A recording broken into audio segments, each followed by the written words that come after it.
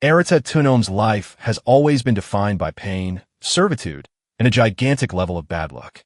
Adopted by an abusive family and treated like a servant, the 11-year-old boy found his only refuge in the love of his older brother, Ryo Tunom. Basically, the only decent human being in that house. While Arita was constantly on the receiving end of his adoptive mother's rage, the kind of villain that makes even Cinderella's stepmother look like a life coach, Ryo acted as his shield, protecting him and encouraging his biggest dream to become a demon hunter so they could one day escape, like a road trip, but with trauma and monsters. And just when fate finally seemed to smile at Arita like winning the lottery, but better, he was chosen by a golden rank orb with a water attribute, an item of extreme rarity and immense power. But of course, his happiness lasted about as long as a cheap phone battery. His adoptive father, driven by pure greed and absolutely zero brain cells working, stole the artifact and sold it to the powerful go-to group for a fortune. A classic family betrayal arc, just without redemption and with way more rage. Seriously, where's the side character who shows up just to beat this guy up when you need one? 6 years later, Arita and Ryo watch on TV the rise of Takato Goto, a famous hunter who's basically a celebrity, using the very orb that rightfully belonged to Arita. Consumed by anger, Ryo decides it's time to confront the imposter. The brothers head to the Deep Blue Guild headquarters expecting justice, but instead they get the premium betrayal package. Takato, proving that celebrity charisma doesn't equal character, traps them inside a room with an active demonic rift. Basically, good luck surviving or not.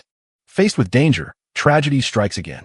In one final act of heroism, Ryo saves Arita, only to be struck directly by a mysterious black sphere emerging from the rift. What follows is pure nightmare fuel. Arita watches helplessly as his brother's body is consumed by a dark aura. Even on the verge of transformation, Ryo tries to comfort him before losing his humanity and turning into a grotesque demon. At that moment, Arita realizes the truth. The real monsters aren't just demons, but people like Goto, who destroy lives without a second thought. At the peak of his despair, in full main character awakening moment fashion, a new black orb appears before him. And this time, Arita doesn't hesitate. By claiming it, he receives the blessing of the demonic realm, gaining soot-based abilities and access to a mysterious system that labels him as an executor. Yes, he now has an RPG-style interface, because apparently suffering unlocks DLC. But there's no time for a tutorial. While his brother, now transformed, hesitates and flees instead of attacking, meaning something of him is still there, a new threat emerges. A hybrid beast born from the rift. Wounded, cornered, and seconds away from becoming a statistic, Arita awakens. A surge of dark power erupts from his body, turning the surrounding soot into deadly blades that instantly destroy the creature. A true end-of-episode plot twist moment. The system announces his evolution to level 3, but his body just goes, "Cool, I'm done," and he collapses unconscious. Shortly after, Takato Goto returns to the scene expecting easy results. Instead, he finds nothing but destruction and traces of a power he never imagined those weaklings could possess. And just like that, the game has changed. Arita is no longer the victim of the story. He's the beginning of the problem. Unless the next scene shows Arita dreaming about his big bro until he jolts awake. Still kind of out of it, he remembers what happened and gets up to go look for his brother. But he's interrupted by the scream of a beautiful green-haired nurse. She explains they found him passed out in the street with injuries caused by demons. "Where am I?" the boy asks, and she says it's a medical center for executors. Lost in thought, she also advises him that newbies should join a guild. "Sorry," the boy says, getting up in a hurry, telling her he needs to go. And once again, she tells him to rest. With the patience of an ant, Arita walks up to the door and overhears a conversation. A demon is on the loose near Goto's group, and some unknown executor is chasing the creature around the rifts. Arita goes on alert thinking that if that's true, he has to do something before dealing with guilds. The nurse comes back asking if he remembered to claim the reward, but realizes the boy already ran off. Thinking he's basically the Flash, Arita tears through the streets and decides to search every demon rift. Then a loud alert echoes through the streets, saying a rift burst open in the Asajiri area. When he gets there, he realizes the rift is bronze difficulty, and the association has already put up a protective barrier. My big bro might be in there. Can I even handle this? The kid wonders as he steps into the rift. The moment he crosses the portal, Arita finds himself in a desert, and he immediately gets the mission to take down the boss. He figures the boss has to be the strongest one, and that there'll be other creatures nearby, when suddenly a level 3 giant wolf appears right in front of him. Excited for his first fight, Arita picks the skill Soot Shadow Blade. To his surprise, it works, letting him block the creature's bite. The impact sends him flying back, and he's shocked by how strong that monster is. Remembering his training, the boy charges in, determined, landing a series of slashes that cut straight through the wolf. The system notifies him that he's leveled up to 5, but before he can even celebrate, a whole bunch of beasts pop up around him, ready to attack. RMC can't believe there are so many, especially in a low-level rift. With no other choice, he decides to fight them, thinking he'll use the same skill he used against the giant rat. The wolves rush him, but the kid realizes he doesn't know how to activate the skill. Then the beasts start tearing him apart until a fireball shoots toward him, burning them all up. "That skill, what was that?" asks a mysterious guy. Erida tries to figure out what just happened. "Was that unknown executor you?" the redhead says, raising his fists ready to fight. Erida recognizes him, Leo Kuji, a gold-rank fire attribute executor and a member of the Sheen Guild, along with his silver-level teammates. One of the 5 emperors, the boy thinks as a pack of demons closes in on the trio, who hadn't even noticed. Annoyed, the young man just raises his hand and activates his divine skill, Ragnarok. A massive hellish blast erupts behind him, roasting every monster in a brutal, agonizing instant. Erida freezes when he sees that kind of power. "That many?" "Yeah, something's definitely off," the redhead says as he walks closer. "So, what skill is that?" he asks, pointing at the black sword. Only then does the kid realize his abilities don't look like any of the 5 known attributes. Leo steps in even closer, curious why a rat is out there alone. Feeling like he's in an episode of Scooby-Doo, the kid decides to get out of there ASAP. Watching him back away, the redhead thinks about how an orb resonates with a person's desire in nature. "But that black sword, hold it right there, kid. You're an irregular," he says. Nervous, Erida stutters, saying he's in a hurry. Leo clenches his fists. "There's an order to capture you," he says, moving in. The kid blocks the punch on instinct with his sword. "What is this psycho doing?" the MC thinks as the soot reacts to the fire, forcing Leo to step back. "Handle the demons in the area." Leo orders his subordinates, who are worried everything's about to turn into charcoal. The fire guy unleashes a barrage of flaming attacks, forcing Erida to dive for cover. "Just surrender, or you'll turn to ash, kid," he keeps going. "I need to find my brother," Erida thinks, dodging another wave of fire that vaporizes half the rock behind him. "You can't run or hide from my flames, kid."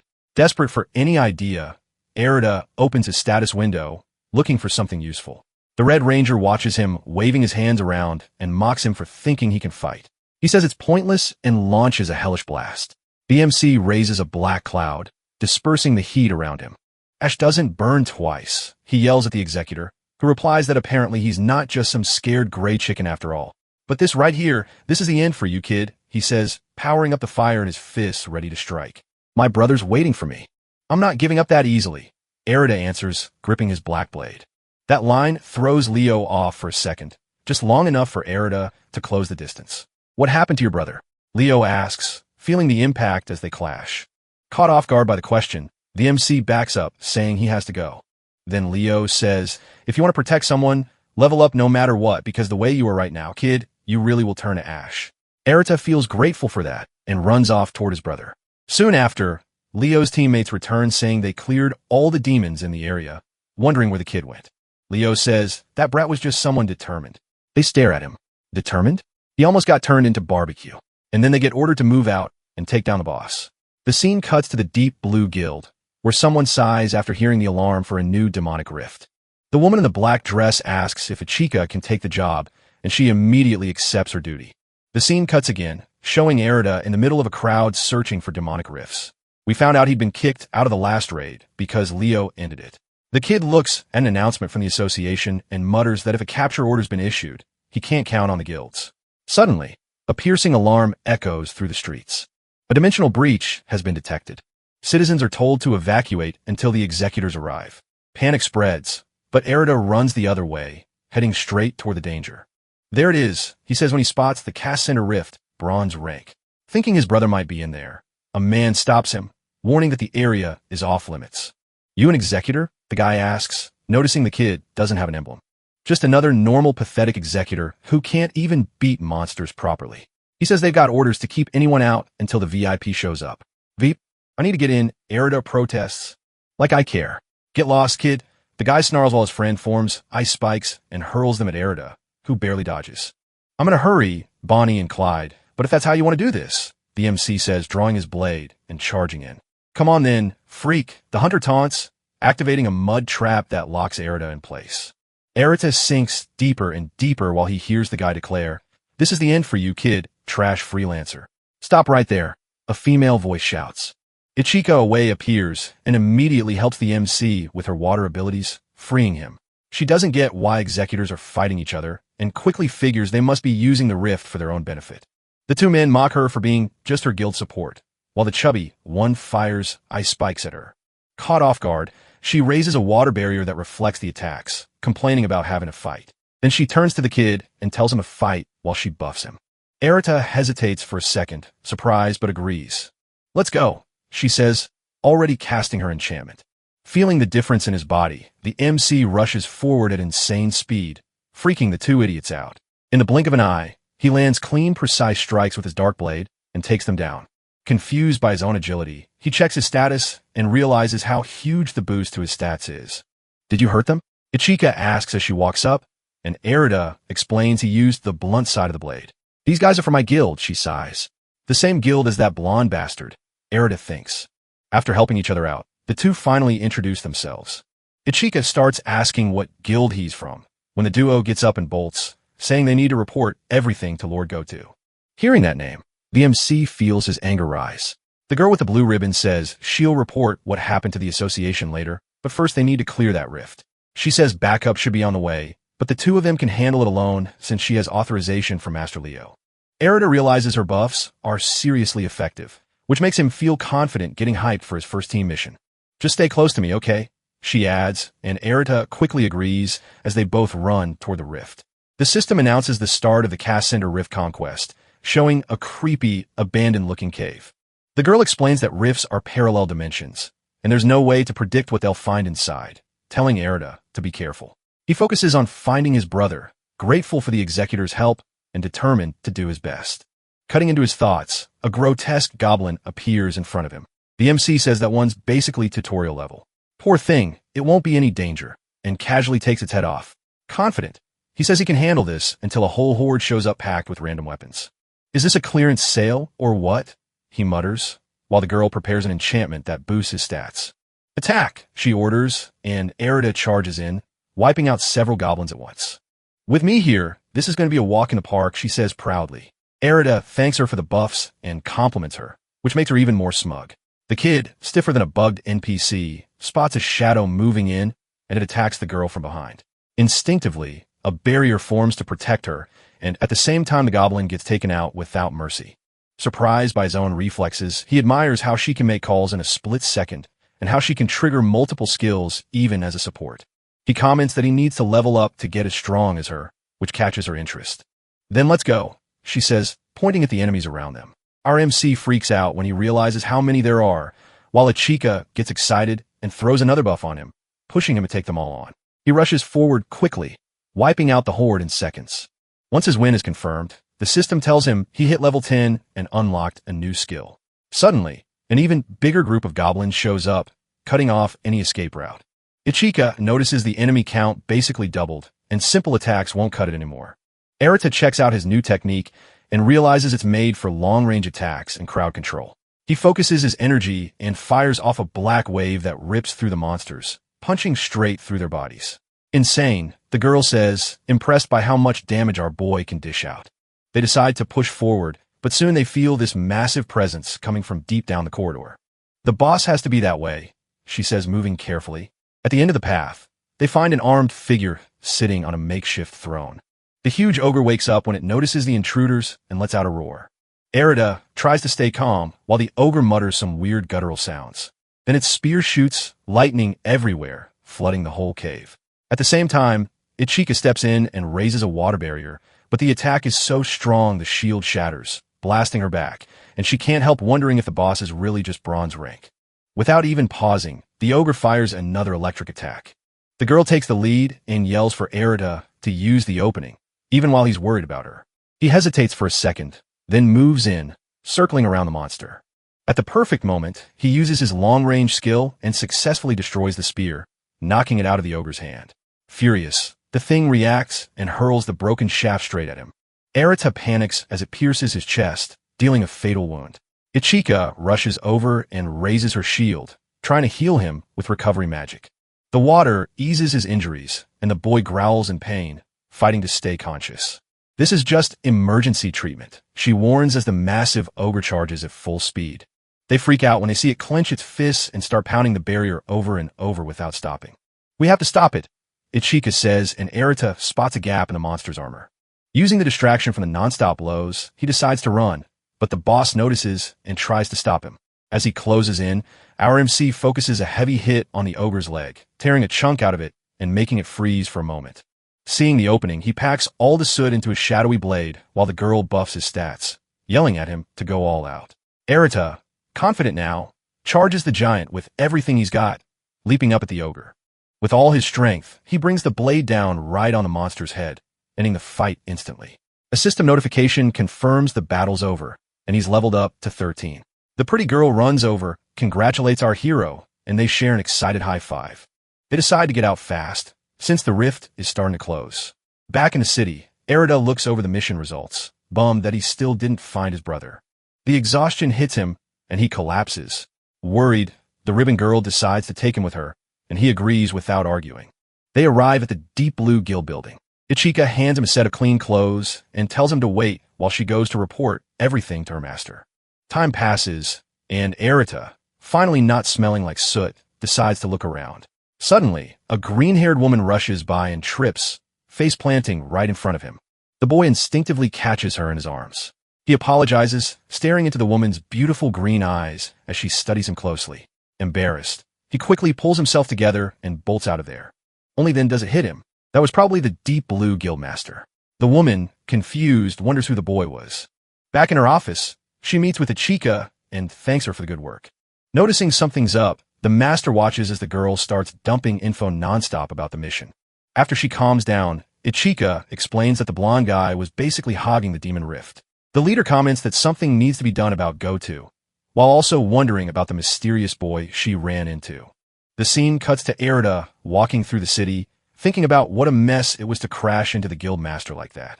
Then he sees a huge fire explode out in the streets. An executor throws up a barrier to protect a child. Moved, our MC runs straight toward the inferno. A two-headed demon dog blasts flames at the two of them. Overwhelmed, the man realizes his shield is about to give out. Just as he accepts he's done for, a black cloud stuns the monster, and a powerful strike slams into the creature. Giving off a sinister aura, the man panics at that kind of power. Controlling the soot around him, the boy summons his shadow blade and steps in between the demonic beast and the two people. Seeing its enemy, the monster charges, but Erida doesn't move an inch. At the perfect moment, he lands a clean, precise strike, slicing the creature in half and ending the fight. Far away, a mysterious man watches everything with real interest. At the headquarters of Japan's Executors Association, someone announces the start of the Council of the Five Heavens. They introduce the country's 5 golden executors: Jinosuke Dagami from the Seiwa Guild, our fireboy Leo, Ryuzaki from Deep Blue, the mysterious man Takuto Najihara from the Suki Guild, and the bored-looking Shine Inamori from the Kaisen Guild.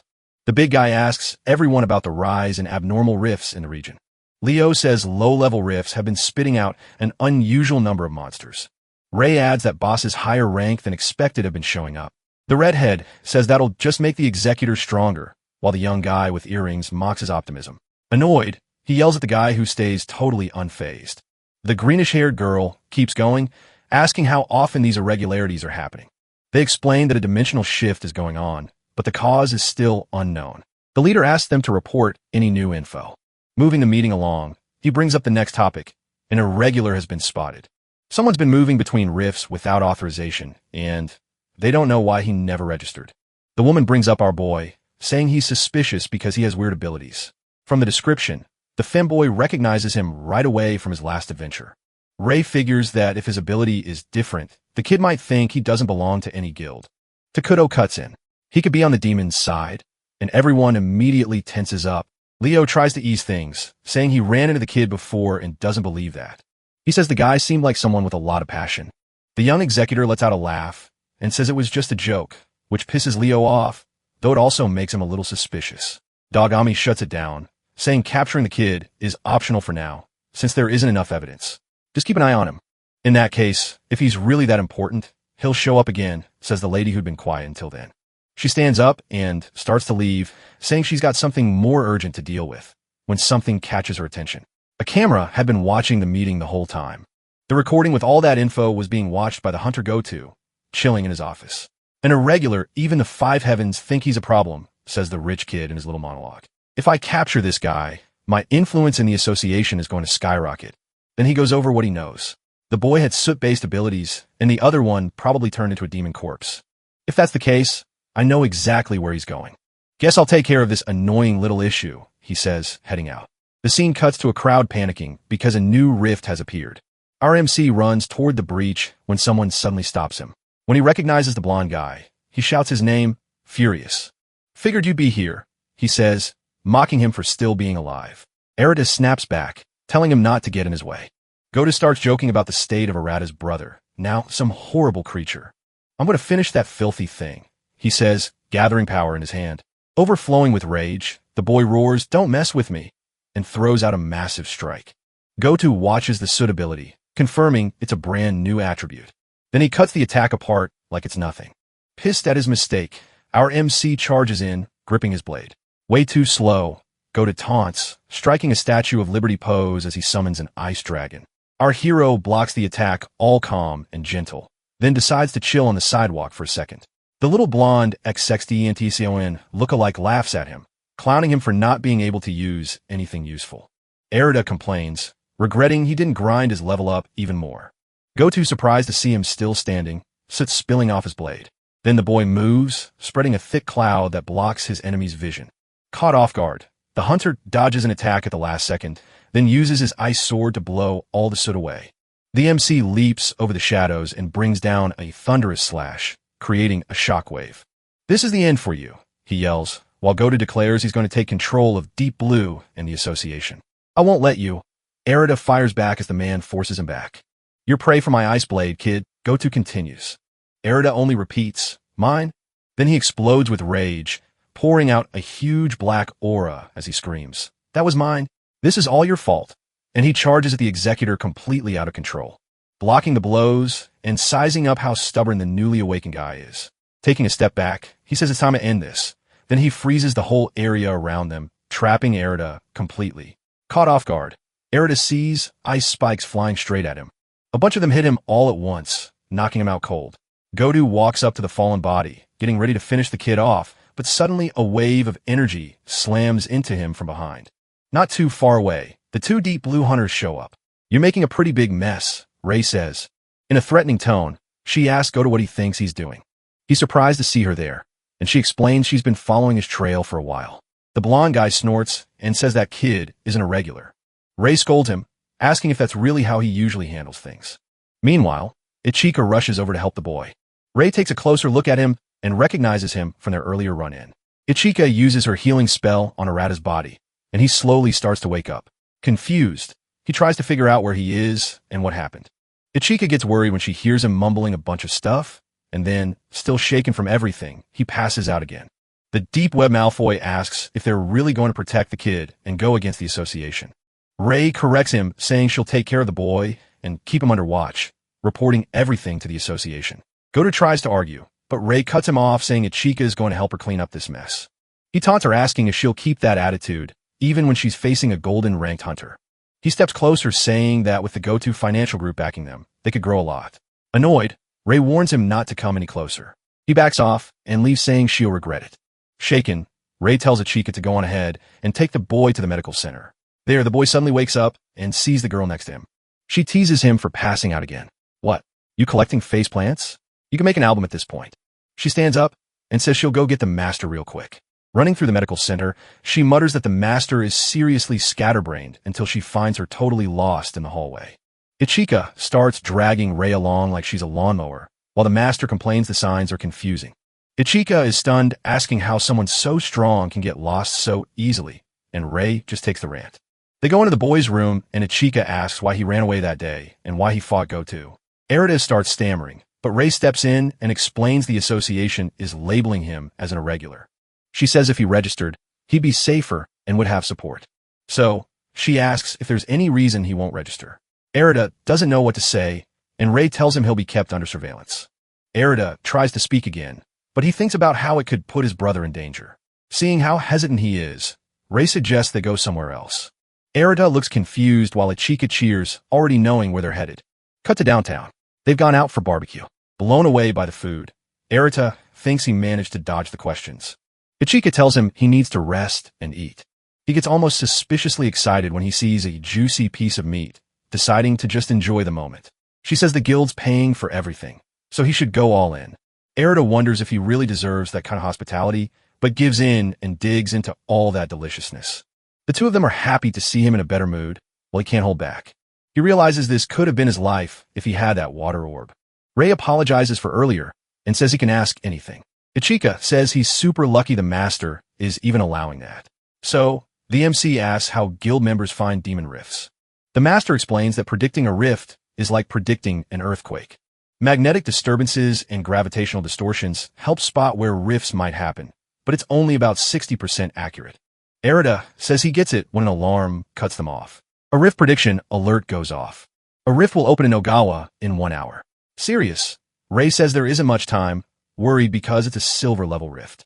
She decides to call the girl over, but Erida interrupts, saying he wants to help. Seeing how determined Erida is, the master decides they should both go and tells them to be careful. The boy stands up confidently, saying he'll clear that rift with Ichika. The two head to where the rift is supposed to appear until they finally spot it. It was the Darsa Demon Rift, silver difficulty. Ichika says she hopes the kid's ready, and the two of them sprint straight toward danger, kicking off the rift run. Once they're inside, they find a place full of ruins and wreckage. The boy's confused seeing all that. The girl explains that a lot of places vanish after you beat the boss, but this one seemed like an exception.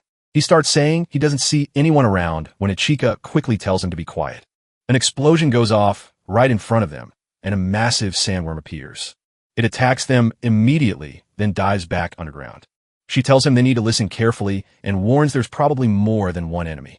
Erida realizes they're surrounded and says he'll handle it. He puts his hand on the ground, using the soot around him to feel the vibrations in the sand and figure out where the monsters will strike from.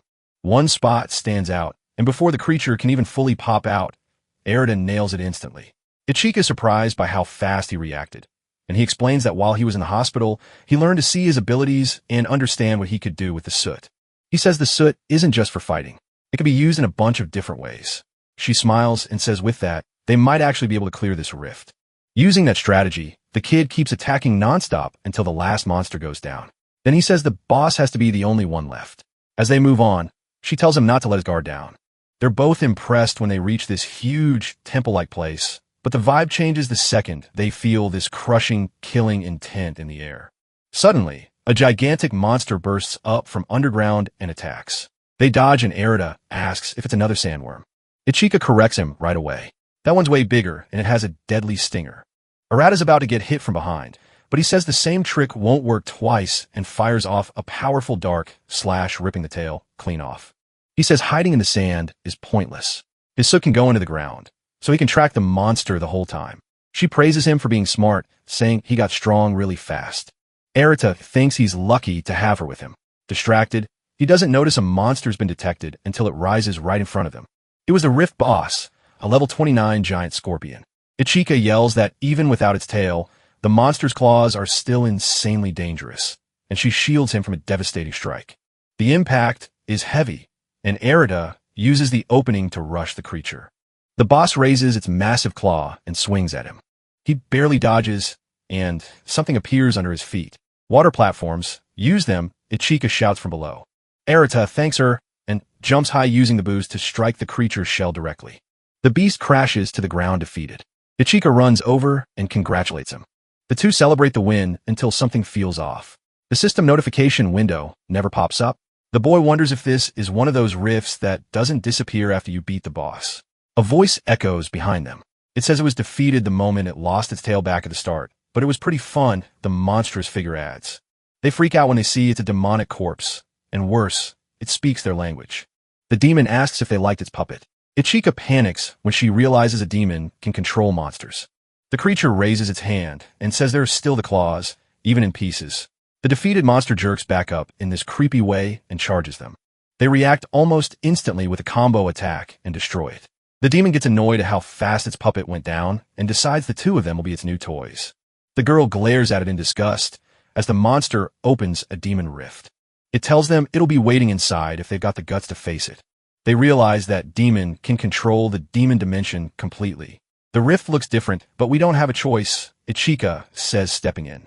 Inside, they find themselves in a dark castle, kind of like ones from the human world. A creature watches them from a distance, then ambushes them. Erida reacts on instinct, blasting it with a barrage of soot and knocking it down. Shocked, they see a whole horde of demons appear ahead. Surrounded, they activate their skills and get ready to fight. With his dark blade, Erita keeps slashing nonstop while Ichika boosts him with buffs. There's too many. We need to get out of here, she yells. They run for the door with a bunch of monsters right on their heels. As they enter, they find the demon corpse waiting for them, saying he was sick of waiting. They tense up when he says he's still got a bunch of minions. Ichika quickly fires back that if they beat him, the minions will disappear. Licking his lips, the demon says he doesn't need to hold back anymore. Then he roars, "Show me your despair." The girl tells them not to pay attention to him, and Erida asks, why go through all that trouble turning corpses into underlings? The demon answers with this cold, classy cruelty. Controlling them is fun, and humans are the same, made to be ruled. I'll make you my toy, he says, raising his hands to show off his power. Ichika gets furious. The MC says he wants to ask something, which makes the monster curious. Then he says, do you know how to turn a demon corpse back into a human? The girl looks shocked when she hears that, while the demon laughs, saying it sounds like there's someone the boy wants to bring back. Erida snaps, demanding an answer. The demon stands up, gathering red energy in his hands, and says he'll only answer after they play a little. That power spreads through the room, and Erida realizes it's actually blood. The droplets start bouncing around at crazy speed, forcing him to use his soot to protect himself. He gets cut up in a bunch of places, and Ichika yells at him to be careful. Then an armored knight takes the opening and attacks. Erida can't react in time, but a barrier appears and blocks the killing blow. Ichika protects him, but that spell takes almost everything she's got. Even hurt, she says she's fine and tells him to focus on the demon. She says she'll hold off the armored knights. Erida agrees and pushes through the enemies heading straight for the demon corpse. The girl activates a skill to patch herself up a little, thinking that with this many enemies, there's only one way to handle it. She jumps, spins in midair, and unleashes a charge strike mixing energy and water. Jets of water blast out in every direction, wiping out a bunch of monsters at once. She notices a lot of them went down, but others are already starting to come back. Determined, she says she can do it as many times as it takes. Meanwhile, Erida closes in on the demon, who notices the soot swirling around him. Then it becomes clear he's mixing the soot into the blood, hardening it so the droplets can't move. Seeing that, the demon says Erida is on this side. Erida stops, confused by what he means. The demon keeps going, saying that outside a lot is happening, but none of that matters in here. My blood or your soot, only one of us wins. Then he lifts a bunch of blood droplets and hurls them spinning at insane speed. Erida focuses his soot and fires off a barrage, breaking the attack. The demon forms a blood sword and rushes him, leaping in. Erida sees the fast strike and blocks by controlling the soot around him. The creature looks surprised at how quickly he reacts, and Erida keeps defending against those blood whips. The attacks get more and more frantic, turning into this tangled mess of strikes and blocks between them. Erida realizes he's hitting his limit. The demon notices and gets annoyed, saying he needs more excitement. Then he decides to go after the girl first. A blood whip slices past Erida at high speed. He turns to warn her, but then a deadly hit catches him in the back, totally off guard. Blood sprays out, and he drops to the floor. The thing walks up, telling him he should have been paying more attention. Holding the blood whip, it says, sounding pleased that the boy will be his minion, and it goes in for the finishing blow. Suddenly, Ichika appears and raises her water shield, blocking the clean hit. Focused on keeping the skill active, she makes the demon freeze for a split second. Firmly, she shouts, if it's a fight you want, then that's what you're going to get. The girl starts healing Erida with her spell, thinking he'll wake up soon. The demon taunts her, saying the boy is probably already dead, and that protecting her like that means she must be one lucky woman. Ichika feels sick hearing that, and his words drag up memories from her past. It's okay, a voice had said while she cried, terrified by what she was seeing. A boy was being held by a horrible monster. He told his sister to run. Frozen in place, she watched the monster lift him into the air. She tries to say something, but the monster squeezes hard, getting ready to bite. The boy panics until his sister finally screams his name, Minato. Blood goes everywhere, and the girl is left in shock. Ichika snaps back to the present, takes a deep breath, and decides she's not running anymore. As she charges at her enemy, determined, she thinks she's not that weak little girl from back then anymore. The demon sees what she's doing and lashes out with a blood whip, saying she'll be his next puppet. At the last second, she throws up a water shield and blocks it. Guru, totally fixated on his minion's laughs when he realizes it's just water. Then he starts hammering the shield with hit after hit, pushing the girl to her limit until it finally shatters. So she starts controlling all the water around her, saying water's a flexible element, and mixes it into the blood whip. The creature's impressed by how clever she is, but says he can make way more blood than that. Ichika feels the panic rising. Right then, Erida wakes up and asks for her. She quickly hands him a sphere of water, telling him to mix it with his soot to make his attack stronger. He starts doing it while the demon tries to stop them. Erida reacts, fast-firing off a combo of strikes blending the two abilities. The attacks wrap completely around the blood whips and reach the monster, trapping it. Ichika yells in excitement when she sees it actually working. Taking advantage of the opening, Erida rushes in and lands a heavy hit with his dark blade. When it connects, the monster spits out seasoned tomato sauce. He's weirdly hyped watching the two of them fight, combining their powers with his blood power. They stare him down. He says all he ever knew was how to dominate and exploit people, and that they didn't seem like that kind of person. In his memories, someone asks, "Where are you going, Valgato?" He answers that it might be a bad time, but it's not his problem. A figure wreathed in black flames challenges him. "You're going to abandon your loyalty? That'll be your downfall." Valgato hesitates for a moment, but leaves the room, abandoning that powerful being. Back in the present, he admits that guy really did predict his end. Erida steps closer with zero mercy and demands he answer the earlier question. Valgato laughs, saying the deal was he'd answer if the kid won. Erida snaps, asking again, then Valgato says a way to turn a demon corpse back into a human doesn't exist. He bursts out laughing. "Once you're changed, you never go back. Doesn't matter what you do." Erida is left completely stunned.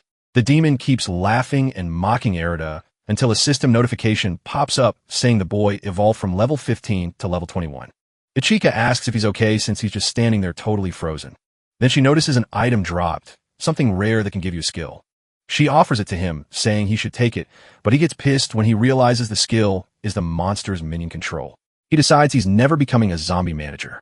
The system explains the skill lets you revive and control any dead living being, making them totally obedient to the user, and it also comes with certain upgrades. The system announces the rift is cleared, and the scene shows Erida and Ichika already back in the city. The boy's upset about everything he found out while she tries to cheer him up. Sad, he says that even so he still wants to save his brother because his brother was everything in his world. Not knowing what to say, Ichika wishes she could get an emotional buff right about now. Meanwhile, at the deep blue guild building, Ray comes to the conclusion that if Arata's abilities come from demon corpses, they should capture him and keep him under surveillance. Ichika jumps up furious, saying Erida would never hurt anyone, and she knows that because she fought alongside him. Dead serious, she looks at her master and says, "If something happens, I'll be the one to stop him myself." Ray watches the girl's reaction and says she understands. Then she tells Ichika to go home and rest while she checks with the association, leaving the girl feeling pumped from the win. Far from there, Erida goes back to his house. He comments that the place is dirty and abandoned, thinking nobody's been there in a while. He looks at his empty room, feeling his brother's absence even more. The demon's words echo in his head, but Erida says he's not giving up. Then he notices something. A cold breeze is coming from a demon rift that's open inside the house. He goes straight to it and steps in thinking his brother might be there. The system announces the start of the conquest of the demon rift, cold. Erida realizes he's in a cave filled with ice crystals. The place feels strangely familiar and huge. He wanders through the tunnels for a long time lost until he spots a pile of broken branches and roots stacked together. Following that, he realizes it was all covering a door. Thinking the boss is in there, he draws his blade and rips the branches away, clearing the entrance. When he steps inside, Erida freezes. His brother was there turned into a demon. The system identifies him, Boss Adele, level 38. Erida gets emotional when he finally finds him. He says he looked for him everywhere and never thought he'd actually come back home. He takes a few steps toward his brother, but the creature roars and lands a brutal hit, sending him flying. The kid tries to call out to him, but the beast rushes in fast, throwing out a flurry of attacks. Erida and C jumps at the creature trying to talk to him, saying he's his little brother, but the monster grabs him and slams him to the ground again. Dazed, Erida has no idea what to do until he remembers that skill, minion control. Back on his feet, he hesitates, wondering if he should use it or not, while a mysterious figure watches from a distance. The beast wins up to hit again, smashing Erida into the ground one more time. Unable to fight back, he takes a brutal combo of hits, but thinks that compared to what his big brother's been through, this is nothing. The creature raises its arm for a charge. Strike Crystal hits it right in the middle of the chest, dropping it instantly. The kid hears a voice mocking him, saying he was still playing Hunter. How pathetic. His real hero had arrived. Erida turns and sees him, his beloved Prince Charming, Goto. He yells at him not to interfere, but the blonde guy just laughs, asking if the kid really wants to protect a demonic corpse. Then Goto realizes that Demon was the kid's brother.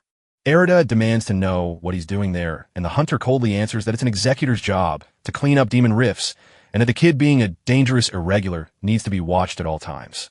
The creature starts getting back up as Erida draws his dark blade. Goto says that if he's protecting a demon, then he's an accomplice and needs to go down in the name of justice. Erida rushes in fast, but the blonde blocks the strike easily. He even mocks him, asking if the kid doesn't have anything better to do. RMC calmly says his brother is going through a rough phase. Goto forms an ice crystal and throws it past Erida, hitting the monster. The kid panics, and the blonde taunts him for getting distracted while winding up another attack. Erida turns and stops it with a strike. Goto starts parrying the kid's combo, telling him he shouldn't try to act like a badass. He says he's going to freeze the demon and leave it chopped up for Erida, making the kid step back. Erida snaps, "My brother isn't a demonic corpse. I don't care what you say. I don't care what anyone does. He's the only one I've got, and I'll protect him no matter what." He raises the blade, fired up with intense determination, and yells, "This time I'm going to save him." Goto gets hit by a heavy blow, and the sheer impact freaks him out. Erida goes full main character mode, forcing the blonde to stumble back several steps, muttering angrily, "Guess resisting runs in the family." Confused, the kid asks what he means by that. The blonde replies, "There are 2 other demonic corpses here. 2 pathetic losers who only knew how to beg for money to keep quiet. Of course I took care of them properly." He finishes, leaving Erida frozen in place. Goto smirks and adds, "And the worst part, I didn't even get any XP from those useless idiots." Hearing all that, the kid lets out this insane black aura around him. The blonde raises his hand and says it won't be like last time, then fires a bunch of ice beasts at him. Erida answers with a bombardment of soot, slowing the creatures down and clearing a path to push forward. He lands several strikes, destroying almost all of them until he realizes he left one behind. Goto lifts a finger, commanding the last beast straight at him. Right then his jacked brother shows up and smashes the ice beast, protecting Erida. Erida tries to call to him, but the monster charges the blonde, knocking him to the ground. Erida worries about Rao, while Goto gets up cursing that beast. He starts wondering if a demonic corpse can really protect a human, but says it doesn't matter. He'll wipe them both out at once. RMC tries to figure out a way to stop Goto, and remembers he can change the soot state like in Ichika's combo techniques. He puts his hand to the ground, getting the skill ready, while the blonde complains he's sick of seeing that smoke. Then Mud Mode activates, trapping Goto in place. Erida takes the opening and goes in. The blonde manages to break free and barely dodges, but ends up close to Rao, who nails him right in the head. Erida smiles, thinking his brother managed to finish the fight, but when he gets closer, he sees the creature spit blood. The kid freaks out when he notices a bunch of wounds all over his brother's body. He's left in shock while he watches his brother's body slowly crumble into ashes, and Goto is there standing right where Rao was. The system announces the rift is complete and about to close. Erida drops to his knees in disbelief. The golden captain remembers telling the kid to stop getting so full of himself. He goes dark, then says in a low voice that he's going to kill him. He stands up, repeating it over and over, tears running down as his eyes turn red with rage. He screams and charges with his shadowy blade. Goto watches and wonders if that's some new ability. The blonde guy raises his ice sword and says trash is still trash. They clash, and an enormous shockwave echoes through the room. He can't believe the kid is still standing, giving off an overwhelming black aura. Erida drives his sword forward again and hits Goto, blasting him through the wall. The blonde has no idea what's going on as he watches the kid walk closer. With a crazed look, Erida says it doesn't matter how many times he kills him, it'll never be enough. The blonde realizes he's starting to feel scared, stunned by the sheer size of the killing intent wrapped around Erida. He gets up, and like it's his last breath, starts charging his ice skill, then freezes when he notices several black weapons aimed right at him. The kid fires them all at once, hitting Goto and slamming him to the ground. Erida walks up slowly and asks, with a completely unhinged aura, if it's over already. Weak battery, Thor thinks he needs to get the hell out of there. Erida catches on and releases a violet shock in every direction, making chunks of rock crash down onto the blonde. Consumed by pure rage, he yells, "Just die," and launches a straight-up attack at him. A water shield appears protecting Goto at the last second as Ichika screams for Erida. She realizes the strike keeps getting stronger until it breaks through the shield and hits her, throwing her to the ground. Terrified, Ichika tries to figure out what's happening. She gets up and says she won't let him kill anyone, begging him to snap out of it. Erida hesitates for a split second, lost in his madness. Our legendary hero comments that the association is probably already on the way. He says the irregular losing control is their fault and adds that this will be the girl's end too. Ichika knows she has to act fast. Erida, completely out of control, releases a massive black power that explodes outward, wrecking parts of nearby buildings. Ray watches from the surveillance room and says maybe she went too easy on the two of them before rushing out. Somewhere else in the Sukyu Guild building, someone talks on the phone saying the situation is seriously bad and the association's failure is obvious. It's our femboy saying it's time to enjoy the show. Back on the battlefield, Erida winds up another soot-black strike, sending out wave after wave. One of them heads straight for Ichika, who's staring at it with no strength left until a wave of blue energy stops the attack. Ichika smiles in relief when she sees her master finally arrived. The girl apologizes as she collapses, saying she lost control of the situation. Ray catches her and says it's not her fault, no one's fault but her own. Then she looks at Erida, unrecognizable now, and feels awful realizing the boy seems completely lost. She decides to step in, but a greenish light cuts her off. Takuto appears saying the irregular is finally showing his true nature. Ray answers that her guild will take responsibility and bring the boy back, but he sighs and says the association sees it differently and raises his hand to charge his power. Ray is shaken by the situation while Takuto sighs, asking why everyone's so worried about Erida. She explains it's her guild's responsibility and tells him to be careful. Erida rushes at the two of them, and the fanboy just smiles as the blade passes close to his neck. Then he vanishes, leaving only green energy hanging in the air.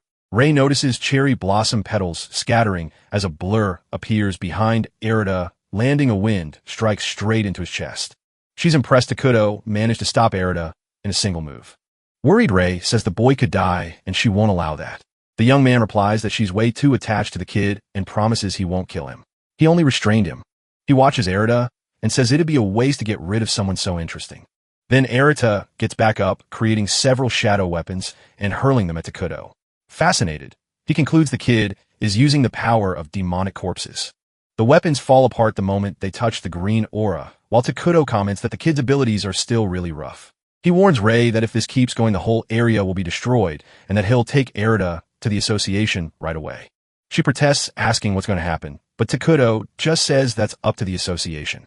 Ray watches Takuto focus that green energy in his hand and throw it at Erida, wrapping him up in two huge wings. She yells, demanding to know what he's doing, but Erida shows up unconscious, no longer in a rage. Takuto calmly explains he just put the kid in sleep mode. He says goodbye, telling her see you later, and vanishes. Ray vents saying Takuto is always so laid back and impossible to figure out. Ichika calls for her master, who walks over and says the civilian evacuation is finished. Relieved, the woman says the worst has been avoided until Ichika asks where Erida is, and the master chooses to stay silent. Erida wakes up somewhere dark in handcuffs. He tries to understand what's going on and remember what happened. A figure appears in front of him, holding something that looks like a whip. With a creepy smile, the person says they're sorry to have kept him waiting. Among the wreckage from the battle, a hand pops up, trying to crawl out. It's Goto struggling to get back on his feet. He can't accept being humiliated by Erida. With hate in his eyes, he swears he'll surpass the five heavens, and he laughs, imagining Erida must be getting punished right this second. At the headquarters of the Japan Hunters Association, the big guy asks everyone for their attention. He apologizes for interrupting, but says he needs to announce something as the association's director. Hands clasped, he gets straight to it. The irregular has been captured. Leo immediately objects, saying Erida isn't a bad person, and locking him up without proof is Ray asks where the kid is and what they did to him. The director explains the child was detained for going out of control, causing massive damage in urban areas and breaking the association's rules. Leo is shocked hearing that. The director says Erida showed power similar to the demonic corpses, and that made a lot of hunters argue he should be eliminated. Ray and Leo protest, saying that's way too extreme. The director concludes that the irregular's identity will be investigated along with his connection to the demonic corpses. Shine feels bad for the kid, saying that officer has to be involved. The director wraps up by warning that demonic corpse activity might increase, and everyone needs to stay on full alert. Ray is shaken and decides she has to act immediately. In the association's underground first-class prison, Erida is cuffed while the officer interrogates him. The man warns he'll keep going even if Erida passes out. He just needs to say what his relationship is with the demonic corpses. Erida snorts, saying he doesn't know anything. Not satisfied, the officer raises the whip, but someone stops him. Ray walks in, introduces herself as the leader of Deep Blue, and orders the interrogation to stop. In a casual tone, the officer asks what she's doing there and whether she has permission. Ray says she does, and the guy gets suspicious. She asks to speak to the kid alone, and he warns her not to break any rules. Ray steps up to Erida and says he looks a lot more tame now. She asks if he remembers losing control, and he looks confused. Ray explains he tried to kill both Goto and Ichika. Erida gets worried, but she reassures him that Ichika's fine.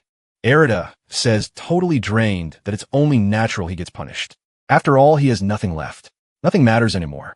Ray tries to warn him that if he keeps acting like that, the interrogation will continue. Suddenly, a notification pops up, an emergency alert. Huntress disappeared inside a rift, and Ichika was sent on the mission.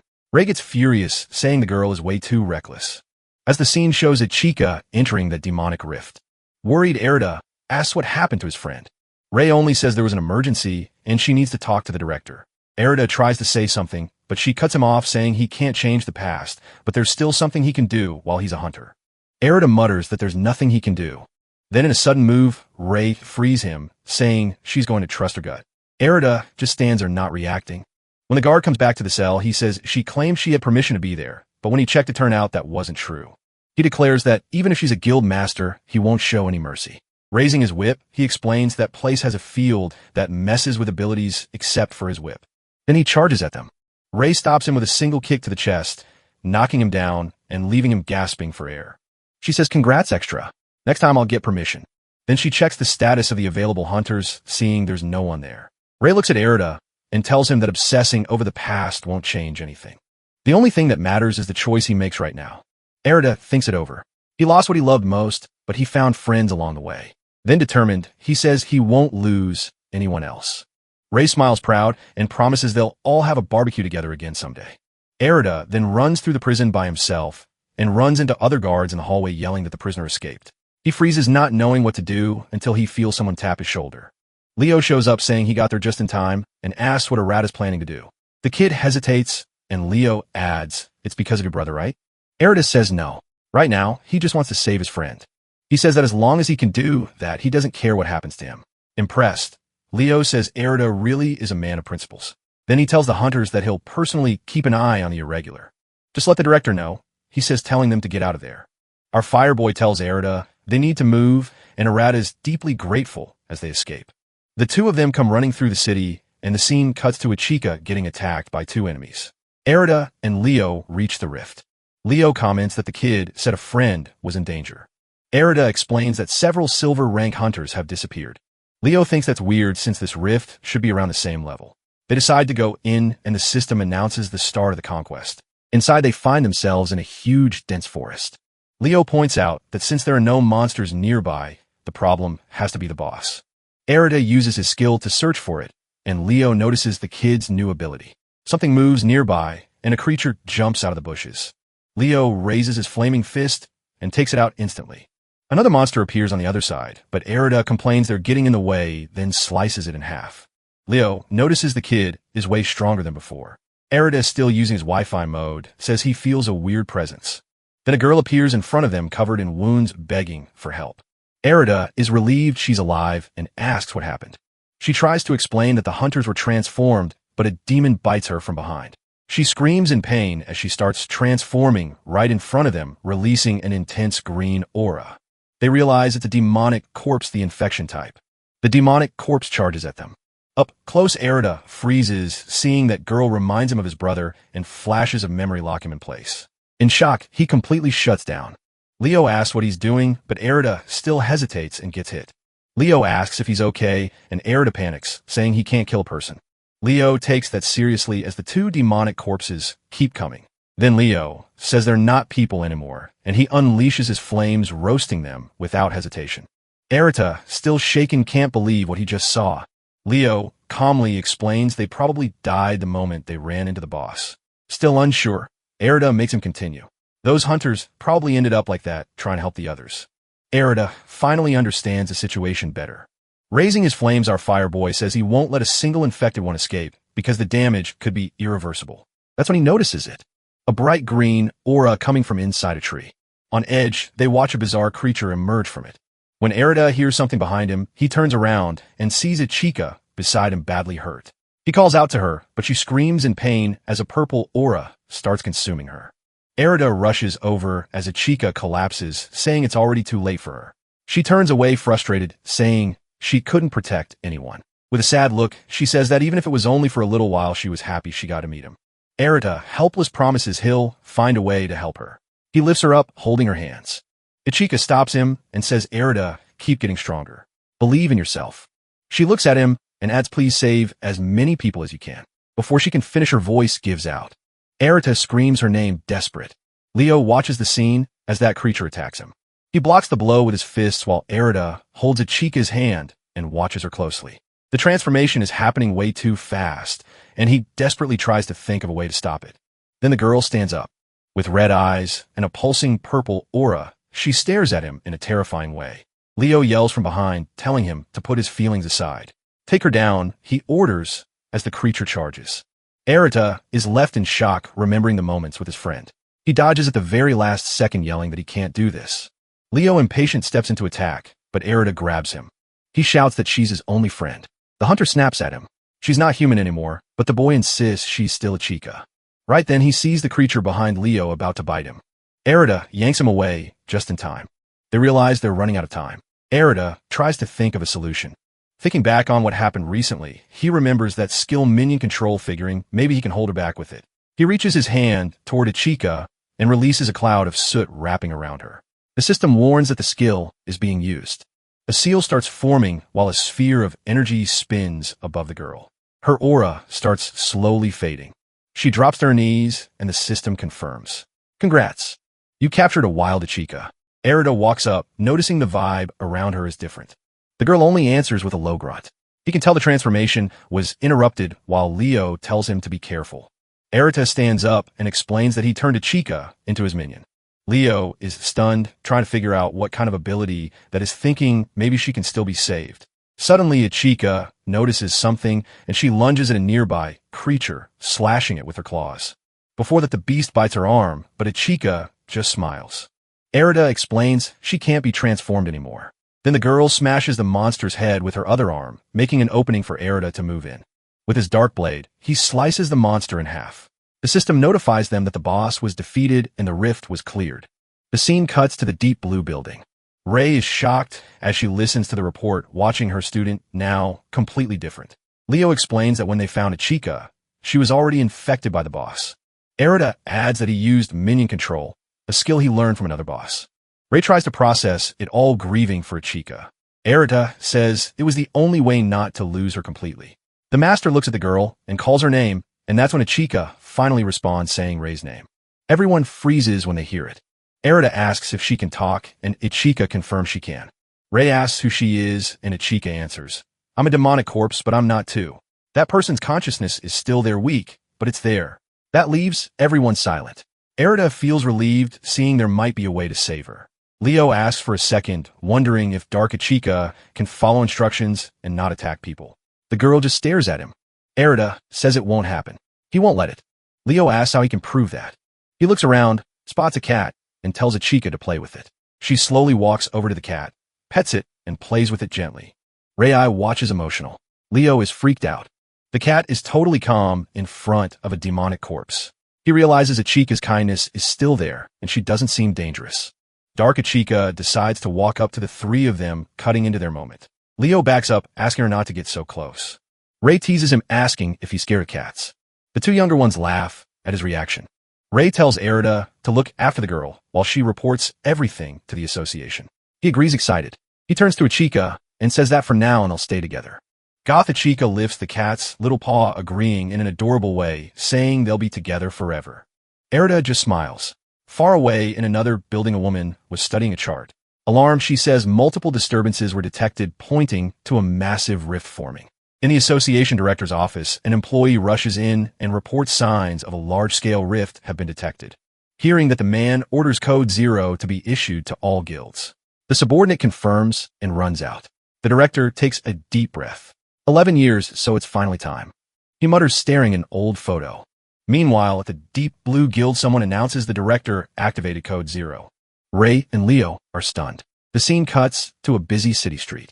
A crack opens in the sky and rapidly spreads. People panic, saying it looks like the sky is falling, like it's the end of the world. Several purple spheres emerge from the rift, along with countless beasts. The crowd starts running in desperation. Two hunters assess the situation as monsters attack, and people get transformed one after another. They're quickly surrounded. Then all of a sudden, a rain of fire falls from the sky, wiping out a bunch of enemies. The Golden Hunters have arrived. Leo, realizing how serious the situation is, he orders his subordinates to help evacuate the civilians. He suggests to Ray that they go into the rift, and she replies that it looks just like what happened 17 years ago. A rift so huge that nobody knew what was inside. Leo agrees. Nearby, the director himself shows up with a woman. He says that this time, everything will be different. They won't repeat the zero-limit incident. The woman, already stepping into the rift, just says they'll deal with it quickly. Not far from there, our femboy watches the opening with a grin and says he's been looking forward to this moment as he goes in. At the same time, Erida and Darkachika run through the streets, carrying out the mission they were given. Protect the civilians while Ray and Leo are inside the rift. They keep attacking nonstop. A mother holds her child and says it's okay. The hunters are here. Then the rift starts leaking a black aura and something begins coming out. Several flying monsters appear in the sky. Erida is shocked by how many there are. He says it's his first time fighting beasts like that. One of the creatures dives at the mother and child.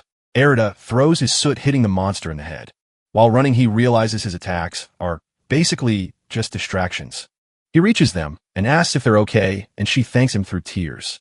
Erida looks up and sees hundreds and hundreds of monsters just like that one. Overwhelmed, he wonders what they're even supposed to do now.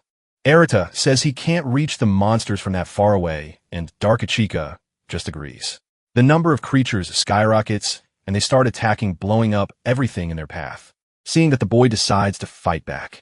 He fires off a bunch of attacks with his soot, but only a few creatures get hit. He realizes those mosquito-looking things are in turbo mode. As he tries to throw more hits, a trio of hunters arrives. They see how bad it is and start backing him up. Erida desperately tries to think of a solution. Staring at the insane number of monsters in the sky, he says he needs to stop them first. The attacks keep wrecking the city until suddenly an idea clicks in his head.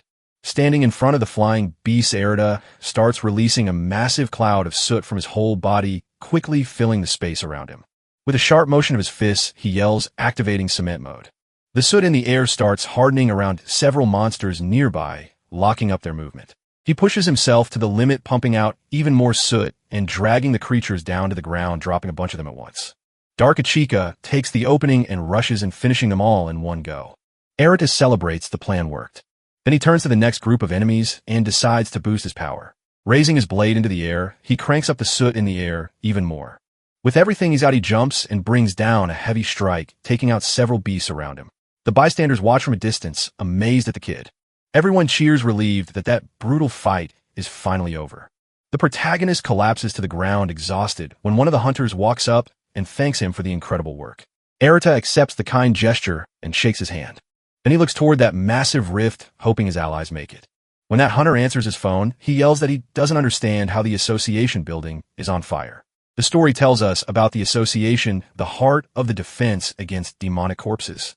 That's where the biggest guild is, say we're responsible for overseeing everything. Things like the ID system, the records of old demonic rifts, the operations room that sends orders to every guild, and departments like combat support, administration, and media control.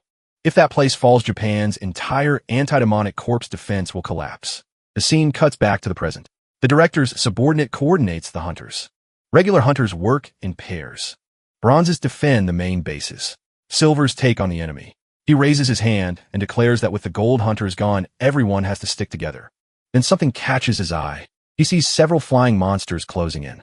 He panics, thinking it might be a coordinated attack, right when most of the hunters are far away. A random guy runs up to him, saying the delivery arrived at the medical center. Kahaku says he'll handle it, and tells the subordinate to gather more info. As he runs, he wonders if his master is okay. When he gets to the center, he finds the place surrounded by flames. Two monstrous creatures are staring him down. A giant bear and a pterodactyl. The bear shoots a blast of fire, and he barely dodges it, but the pterodactyl beats its wings hard and throwing the flames at the hunter. He yells at the beast that they can't just do whatever they want while trying to figure out how two demonic corpses are actually working together.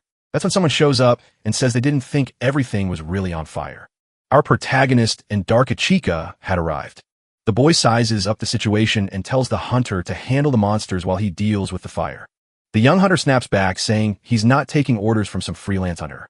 But when he looks closer, he recognizes Erida as the runaway, irregular from the association, and he realizes the girl next to him has an aura similar to a demonic corpse. And the boy releases his ability into the air, leaving number 2 shocked that it's soot. She starts putting out the flames, just as the bear charges, throwing itself at Erida. But Kahaku reacts, fast turning the monster to stone. He's impressed when he sees that ability. Meanwhile, little number 2 comments that she just added another ugly statue to her collection. Then he gathers energy in his hands and touches the ground, pulling up a stone spear. He jumps and smashes the statue with one heavy blow. Calling out to Erida, he says he'll ignore him for now because of the emergency, but later they're settling the score. Erida agrees, honestly relieved to have an ally. Then the last pterodactyl flies straight at him. So he focuses the soot into his hands, trying to copy Kahaku's technique. He petrifies the monster midair and slices it in half right after. The hunter is stunned that his skill got copied after Erida only saw it once. With the area finally cleared, Erida compliments the hunter's technique, while Kahaku, blushing, introduces himself. But he immediately scolds Erida for using his ability, so recklessly warning him it burns through MP faster and leaves dangerous openings. Erida, looking down, admits he never really thought about that since he's been fighting desperately from the start. They drop it and decide where to head next. Meanwhile, not too far away, someone breaks into the association's vault of divine weapons. The person says it's a shame everything's in chaos while staring at a sword. It's Goto with that straight-up thug look in his eyes. He reaches for the weapon, saying this is the perfect moment to replace the 5 heavens. He grips the sword and releases its power, which floods the room. Seeing that power, he can't stop laughing, celebrating, convinced he's unbeatable now. The next scene shows a hunter fighting an ogre. He jumps, swings through the air, and takes it down like it's nothing. Right then, the side quest trio shows up. The vice leader looks things over, trying to decide which area they should prioritize. Erida says it's weird so many showed up there since there weren't any nearby before. Something clicks for Kahaku. He touches the ground and decides to investigate. Using his power, he senses weird monster activity underground. The 3 of them start running, and he tells Erida not to slow him down. Down below in the storage room, they find a massive hole. They're shocked when they realize the demonic corpses came from there. While everyone was distracted by the rift, monsters slipped in through the underground. Kahaku extends a spear infused with his power and goes straight for the creatures. Erida sees it and gets ready to do the same. But the vice leader reminds him, hold your breath, make some space, and let the power flow. Erida focuses and follows the instructions, and he forms his dark blade, more precisely landing a bunch of rapid strikes on the monsters. Number 2 praises him, noticing the improvement, though he's still suspicious of the girl with the mysterious power. After clearing the area, they move toward the tunnel. Kahaku gathers a huge amount of energy and destroys it, managing to block the passage. He turns to Erida and says they need to clear the other areas now. Erida asks if there aren't other entrances, but Kahaku says for now that was the most urgent thing. Erida says he'll check since he left soot spread around the base. Then he activates his Wi-Fi mode and says there's a strong presence above them. He adds that the biggest concentration of demons is on the upper floors. Kahaku freaks out, saying that's the training center. When they get there, the 3 of them realize what's going on. A demonic rift opened up inside the base. Kahaku yells frustrated that nobody noticed because everything's been such a mess. And then a bunch of demonic corpses start pouring out of the rift. They tense up at the situation as number 2 rushes in with his spear. Erida follows, taking down enemy after enemy. The vice leader thinks they need to deal with the rift, but he can't abandon headquarters. Realizing this rift is different from the usual ones since monsters are coming out of it, Erida offers to go into the rift. Kahaku's shocked, wondering why he'd do that. Why would he go that far? But seeing the boy's determination, he smiles. I'm coming too, he says. He also says he'll leave the base to the other hunters while they head to the nest. Everyone looks at the crack and starts walking toward it. They find themselves in a huge hall packed with statues. Kahaku, suspicious, wonders if this is where those weaklings have been coming from. Erida, meanwhile, wonders if there's someone behind all of this.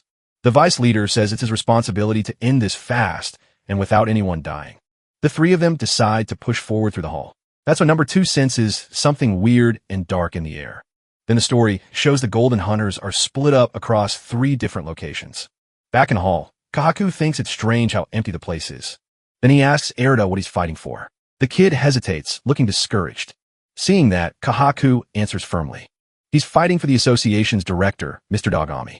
As long as he's there, the hunters will be able to face the demonic corpses. And he adds, compared to him, you're just not handsome. The 2 laugh at that. Kahaku tries to say seriously that they should see him fight. And he keeps praising his master, saying he's basically unstoppable, the Super Bowl's own star. Darkachika says he's a weirdo, and he replies, that was rude. Embarrassed, he changes the subject, reminding Erida to keep the flow of power inside him steady. Then they finally reach the end of the hall, standing in front of a gigantic door, and decide to go into the next room. Inside, something slams into the ground in a rage. A demonic beast stares them down with its 2 horrifying heads. A blinding light flashes from the creature's eyes, stunning them for a moment. When Kahaku can see again, he finds his master on the ground, badly hurt. He starts to panic. Erita yells his name, asking what happened. Kahaku had only dropped to his knees when the creature's eyes lit up. Then Darkachika starts screaming too. Erita looks at the creature, and suddenly he's alone. The light flashes again as he stares it down. 2 figures appear in front of him, his brother and his only friend in pain, as they transform into demonic corpses. They ask why Erida couldn't save them, and the boy is terrified. He drops to his knees and starts crying uncontrollably. The creature watches satisfied as Erida shrinks into his own darkness. But then he snaps awake from that nightmare. Determined, he stands up, saying he still has to bring Ichika back. He puts a hand on his chest and feels the power flowing. Thinking about the people he wants to protect, he looks up and sees a sphere of water forming like Ichika's magic. Suddenly, the creature fires a blast of energy from its mouth, straight at the protagonist. An explosion goes off and a cross appears. Erida had created a shield mixed from soot and water, protecting himself from the attack. The creature launches a flurry of attacks, and Erida blocks as best he can. He thinks he managed to blend Ichika's power to strengthen his defense. With his hand outstretched, Erida forms a black sphere, while also controlling the power of water. Behind him, Kahaku mourns his master's death. He just stares at the lifeless body. Then he remembers the irregular was alone, fighting nonstop. Holding back his despair, Kahaku slams his forehead into the ground hard, trying to get his head straight. He shouts that he's number 2 of the Seiwa Guild to remind himself who he is. Now, focused, he sizes up the situation around him. That's when he realizes 4 monstrous creatures are staring at him like he's food. Meanwhile, Erida keeps taking hit after hit, all of it bouncing off his shield. The creature gets pissed that it can't bring him down. Our boy tries to flank the monster when another demon rushes in from behind. The claws get dangerously close until everything suddenly stops. Darkachika appears, piercing the creature with her own claws, leaving it dead. Erida turns and asks how Kahaku is doing. He just tells him to watch closely, showing off his stone armor. Then he charges in and throws a strike that hits all 4 monsters at once, setting off an explosion in the room. The MC can only stare, shocked at number 2's power. While Moving Stone keeps attacking nonstop, having fun with it. A monster tries to catch Erida from behind, but he barely dodges, realizing there's still one left. The creature lunges, and Erida struggles to block. He backs up, hearing Kahaku shout behind him, "Sharpen your mana." The kid tries to understand what that means while he hears, "If you can't do it now, this is your limit." Erida closes his eyes and focuses, aiming for maximum precision. He opens them and sees his power refined. Then he creates a blade with 2 attributes, water and soot. In that same instant, he charges forward and grips his sword with all his strength. And with one perfect strike, he pierces the creature, taking it down once and for all. Exhausted, Erida first checks if the other 2 are okay. Kahaku watches him proudly while the boy collapses to the ground, hearing, "That was way too close." Number 2 sees the kid's potential, shocked by how fast he's growing. Meanwhile, our gloomy kitty just keeps messing with Erida. Back at headquarters, Kahaku says that somehow everyone managed to protect the place. But their next step was to face that while she looks out the window at her target, the monstrous rift hanging over the city. All while wondering how her master is doing. Shion complains that her clothes are dirty, and he replies that it's because she chose that outfit. She huffs, then holds out her hand and fires a powerful beam of light, carving a huge path through the forest. She says now they got a nice comfy trail, pleased with herself as she hums. The director just sighs, remembering the Zero Border incident from 11 years ago. That day, countless lives were lost when demonic corpses escaped from a massive rift. Then he looks around at the forest and thinks it's way too quiet. The woman says out loud that the enemies must be hiding nearby. She looks up and says their search is finally over. In front of them stood a gigantic tree.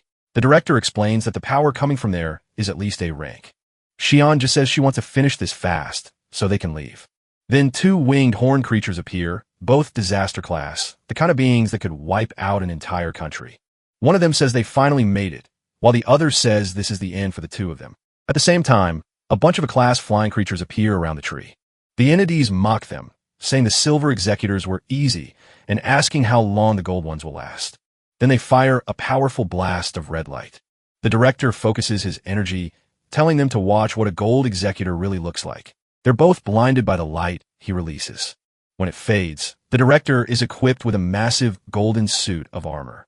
Xian floats in the air, gathering a gigantic sphere of lightning, while the Megazord raises its arm and blocks that red beam. The sphere keeps growing, and the creatures can't believe what they're seeing. They get furious and order their underlings to attack all at once. As the attacks close in, Xian gives a slight smile and throws the colossal sphere. The monsters panic when they see it coming. They try to hold out, but the explosion is huge, wiping out the whole area. With the place wrecked, the woman says the others must have finished too. Somewhere else, Ray and Leo quickly take down a pair of monsters, while the femboy destroys a demonic skeleton, complaining about the lack of evidence of where it was. At headquarters, Kahaku orders her subordinates to secure the area. Then she gets a call and decides to announce to everyone the director is coming back. Everyone celebrates the news and the end of that crisis. Meanwhile, near headquarters, a shadowy figure appears in the sky. Everyone looks up at him, terrified. It was Goto, now basically a super scion, floating in the air surrounded by lightning and water, showing off that gorgeous seductive smile. He's wrapped in a powerful purple aura while everything burns. Ray gets an alert. A strange energy has been detected near HQ.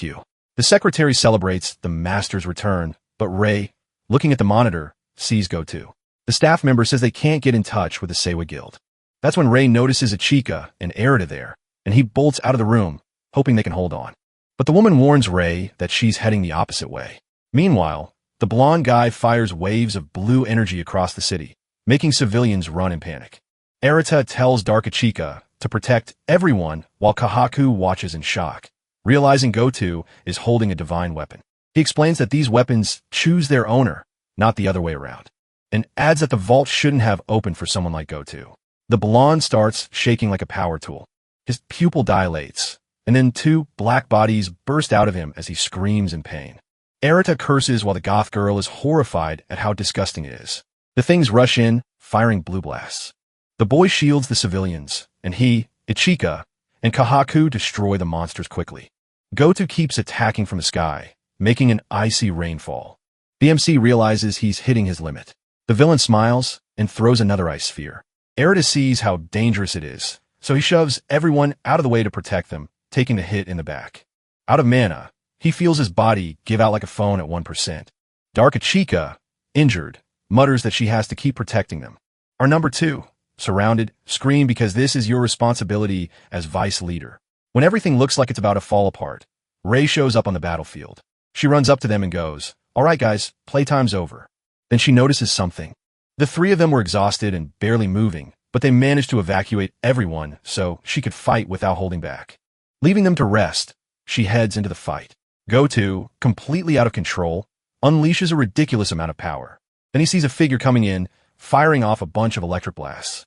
But the figure's way too fast, and in an instant, it's right at his neck. Freaked out, he takes a brutal hit to the chest and gets launched away. Ray, totally calm, says his judgment was wrong and that she's not holding back anymore. On the ground, the blonde guy hears her say that out of all the choices he could have made, he chose to abandon his own humanity. He spits a jet of water at her, and she just gets even more pissed at the nerve. She releases even more power, water and lightning mixed with pure rage. Then a blast of light swallows the whole place. The scene cuts to Xian and Dogami running out of that forest. She asks why Ray is the strongest golden ranker and not him. The director says that's only true when she fights alone, without worrying about anyone around her. Since she controls water and lightning at the same time, it turns into total chaos, which is why she ended up walking a lonely path. That's how she became the first irregular known by the association. The battlefield was wrapped in a full-on storm. Kahaku wakes up because of the rain, while some green energy heals him. Then he sees a massive tornado in front of him, spinning with electricity and water, bigger than skyscrapers, while everything around it burns. Up above, Ray notices he's awake and immediately looks relieved. Even though he's beat up, he tries to get up and fight, but she orders him to back off, straight-up command. Eyes locked on the enemy, and he accepts without arguing. Ray says she'll hold Gota back and tells him to get the others far away from there. Kahaku looks at them and carries them through the wreckage, searching for shelter. He uses his power to dig a hole right there. Then he fills it with a golden liquid, lowering the two of them into it. Far away, Gota tries to defend himself from non-stop attacks. Ray watches and regrets ever letting something like this happen. Powering up her aura, she yells that she should have handled this alone from the start. He starts releasing even more power in response, which makes the human freezer short-circuit. Then a bunch of ice swords form and fly straight at Ray. She raises a water shield and blocks the ones that would have hit her.